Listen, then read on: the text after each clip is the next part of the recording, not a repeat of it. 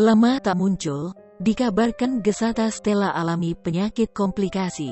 Penyakit yang diderita tersebut sampai membuat Gesata Stella tak mengenali keluarga sendiri.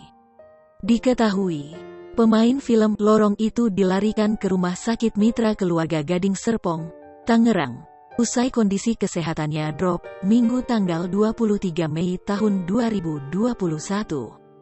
Kabar tersebut disampaikan langsung oleh teman artis, Acha Septriasa di akun Instagramnya, Senin tanggal 24 Mei tahun 2021. Dalam unggahan tersebut Acha Septriasa menyebut Gesata Stella sedang berada di ruang isolasi IGD. Ia juga menambahkan kondisi Gesata Stella terus menurun.